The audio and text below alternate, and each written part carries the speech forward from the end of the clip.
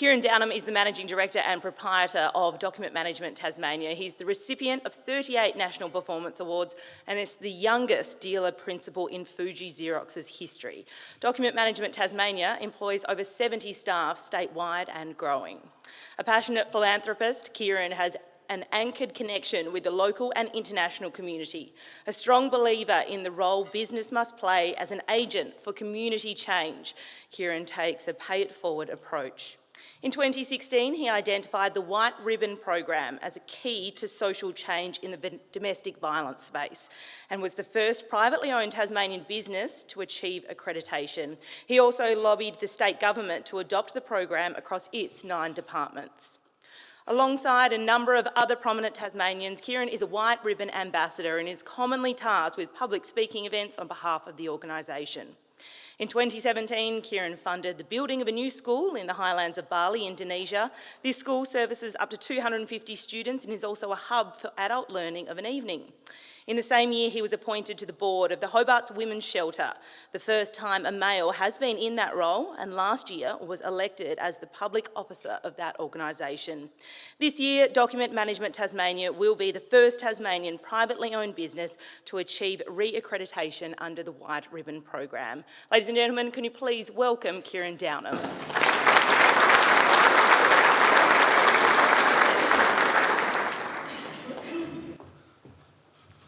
Wow, what an intro. It's hard to beat that, isn't it? Okay, ladies and gentlemen, 2020, 2021, oh my goodness. Pandemic. You've just survived your first financial year in doing business in a pandemic. Now, I bet you haven't done that before. Congratulations, that's awesome. You actually deserve a bit of a round for that one. That's absolutely quite a result. Growing a business in the middle of a pandemic, maintaining your staff, looking after your clients, it's a challenge, but it's not the biggest that I had to do last year, and it's not the biggest challenge that you had to do. The biggest challenge in 2020, 2021 that any of us have seen is to be a parent. You know, because being a parent's really, really hard. Now, I want to give you a bit of an insight to me.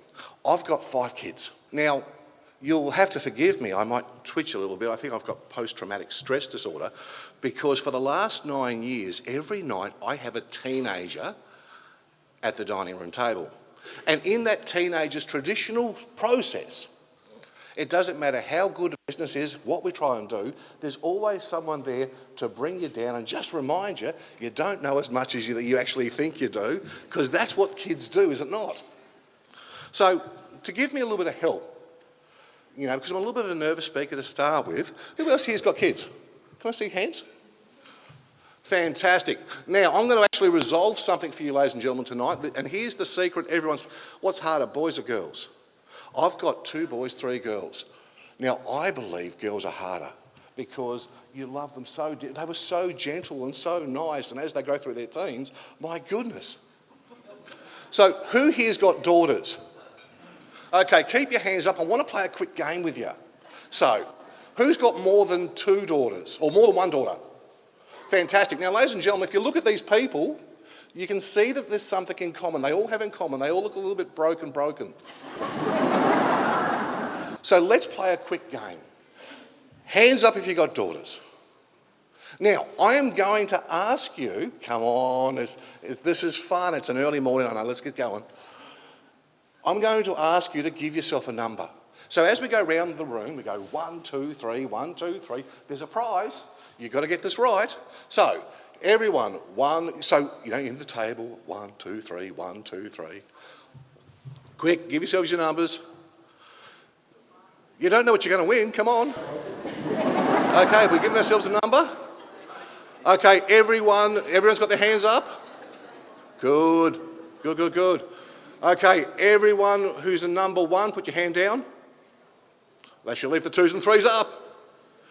Okay, those with a number 3, put your hand up. Number 2, put your hand down. Come on, number 3s. Ladies and gentlemen, everyone else on the table is now to turn to that person and say, I'm sorry.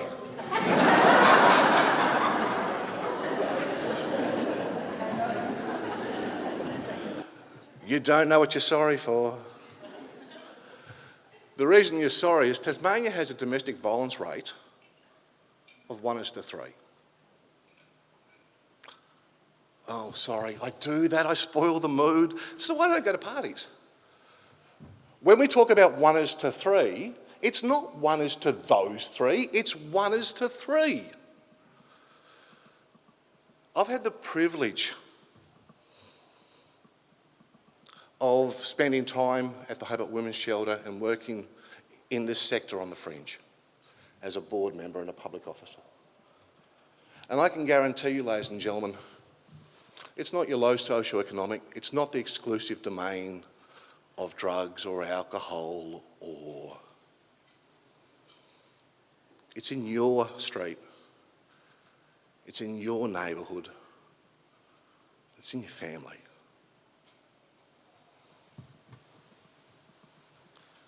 Sobering, isn't it? I think, in view that I'm looking around the room here, and directly and indirectly, everyone in this room is either a client of ours or indirectly a client of ours, and so I feel like I'm in a safe space. So I'm going to give you a confession. This is my fault. It's all my fault. It has to be my fault. You see, because if it's not my fault, I can't fix it. I can't change it. I can't address it, because it's not my fault. Because that's the Australian way. It's not my fault, it's someone else's problem, and it's not a problem until it becomes my problem.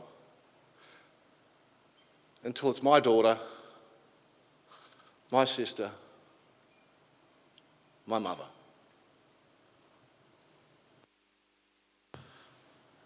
The sad thing is, if we look at our society today, ladies and gents, you watch the news, wherever you get your news from these days,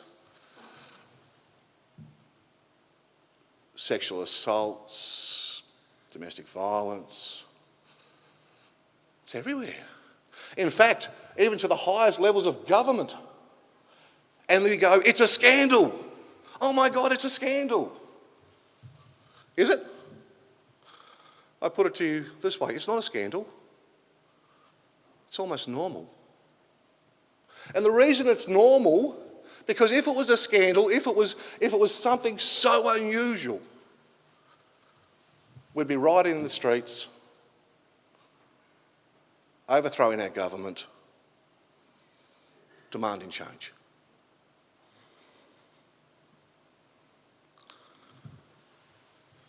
So, that's why I took our group of companies through the White Ribbon Workplace Accreditation. So, the reason we did that is, you're going to go, well, what is White Ribbon? Now, White Ribbon's not an Australian organisation, it's a worldwide organisation. And what the Workplace Accreditation Program does for your organisation is this.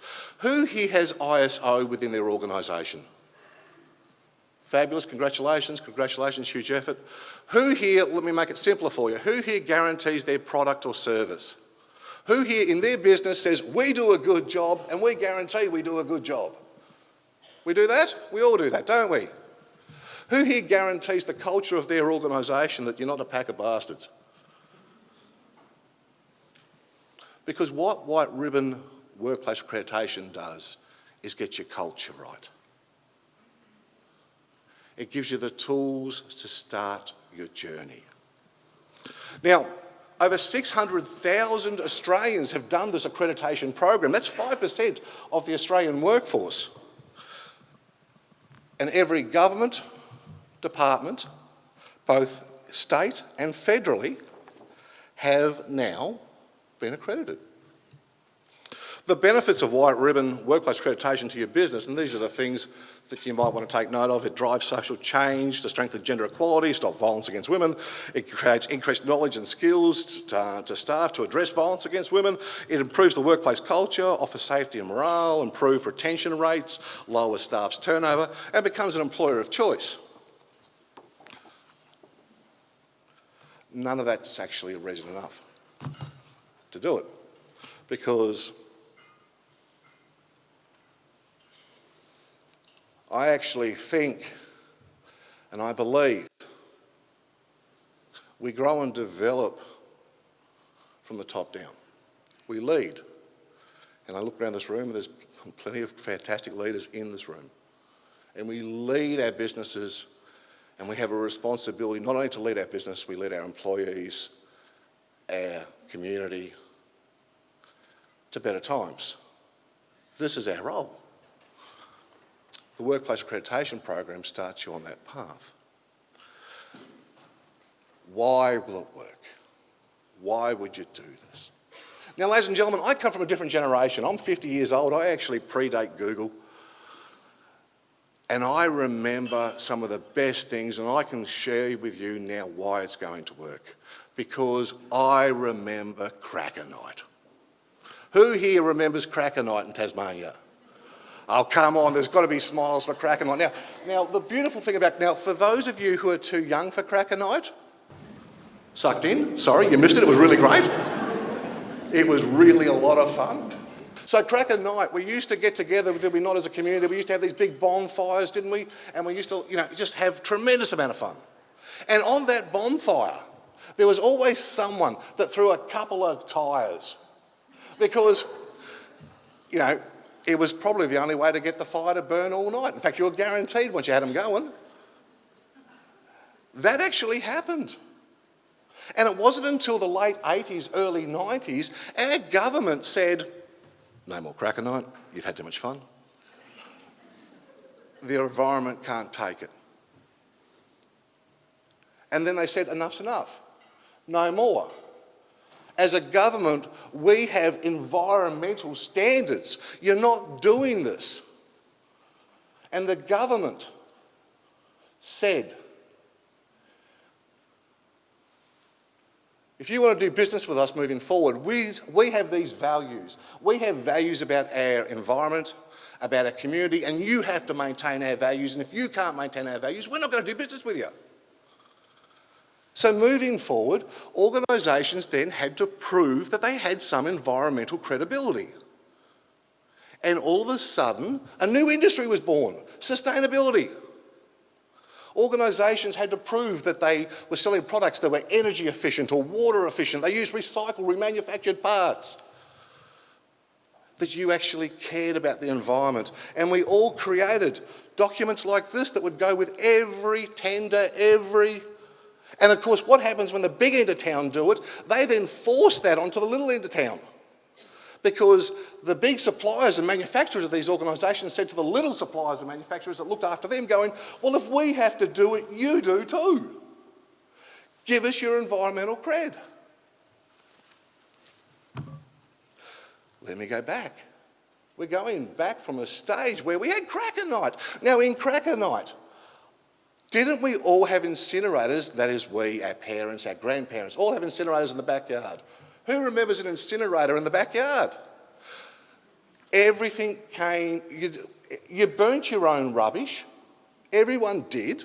Everything came in polystyrene. Everything was wrapped in polystyrene. You couldn't get, even a cup of coffee was in polystyrene. It didn't matter because it burnt well. If you were to do that today, they would burn you in effigy. It's a fact. Tasmania has some of the toughest environmental legislation in the country. We are the clean, green envy of Australia and the world, and it, prior pandemic, attracted visitors from all over the globe to see how beautiful Tasmania is. Is that not a fact? Of course it is. Here we are with the world's best environment. It's just not a safe place to live if you're a woman. You see, when I talk 1 in 3, let me sober you up one more step. The national rate's 1 in 5. 1 in 3.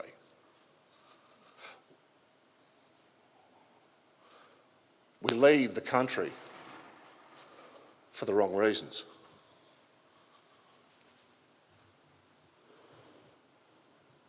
So, Today, I'm going to ask you to join me. I want you to come on this side of the fence. I'm going to give you a need and the pathway to make the transition within your own organisation. And I'm going to issue you with a challenge. We did this recently down in Hobart to an audience not dissimilar, slightly smaller. Now, we all know in Launceston, and you guys have told me enough times, in Launceston we're not the same as Hobart. Is that not true? Because you work for a living.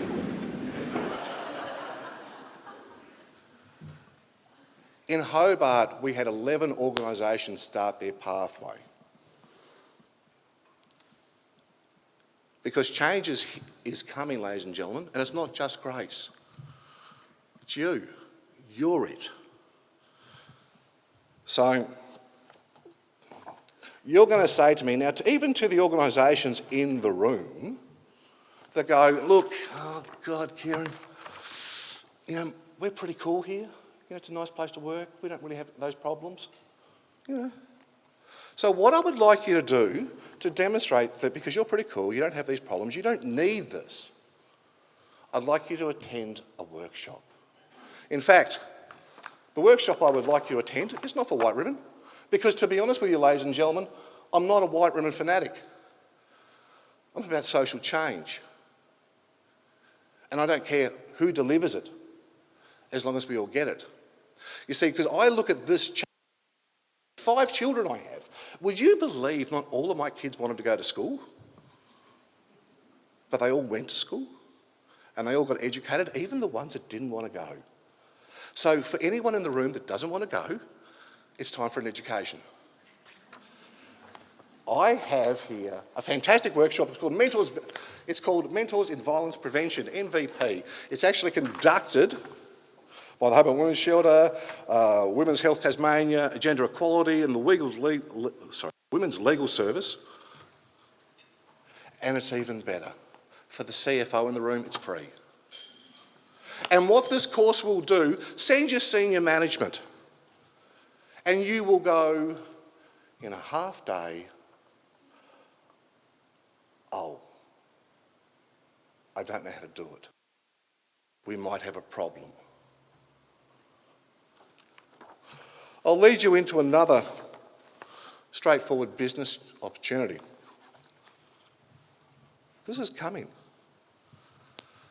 There are people like me that are lobbying the government to mandate that every business has some form of social change cred. We've been doing this for a little while, ladies and gents, and I actually had the privilege of spending time with not our current government, but a previous government, I don't want to say names, Sandy. And it was the Premier's Chief of Staff that said to me, Kieran, look, I get where you're coming from, mate, I really do, and I empathise with you, you're passionate. But I think this could be a bit of a burden on the commercial market. I think the business community has struggles enough. Which left me with a very simple thing going, you don't understand what a burden is. A burden is payroll tax. Social change, creating a better tomorrow, giving our kids a better future is why we are in business, is it not? The reason you work so hard is you wanted to provide a better tomorrow.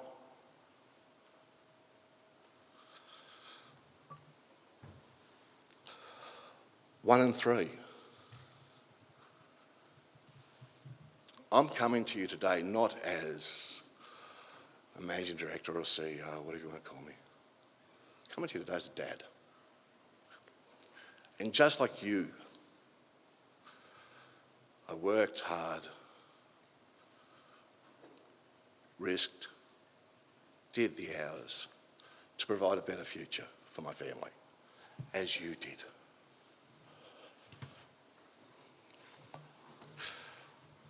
Today, the chance for you to actually make the transition. You know, we've all shown up to hear Grace, and she's amazing, and she is amazing. This shouldn't have happened. And we're responsible. Let's stop treating the symptoms of domestic violence. Start treating the cause. Because you know very well, if we go back to the environmentalists, you used to burn your rubbish in the backyard and now you recycle every day. Top-down leadership for change management does work, does happen. It has happened. Tasmania's proven it. Let's do it again. It comes from leadership top-down. We're outside, ladies and gentlemen, on your way out this afternoon, or this morning. We have these posters for the MVP. I implore you to pick one up. Looks just like that. It's just where they actually had the table lists. And if you don't pick one up, on the other side, I have a list of all the support services in Tasmania for domestic violence. Because if you don't pick this one up, you'd better pick this one up. I'm going to leave you with a very simple thought.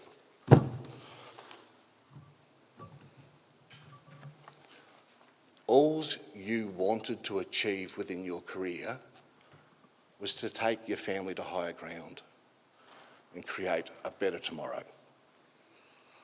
And regardless of how you've grown your business, regardless of how much money you have or you haven't made, 1 in 3.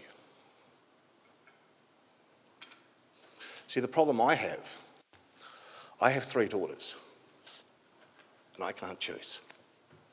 Thank you.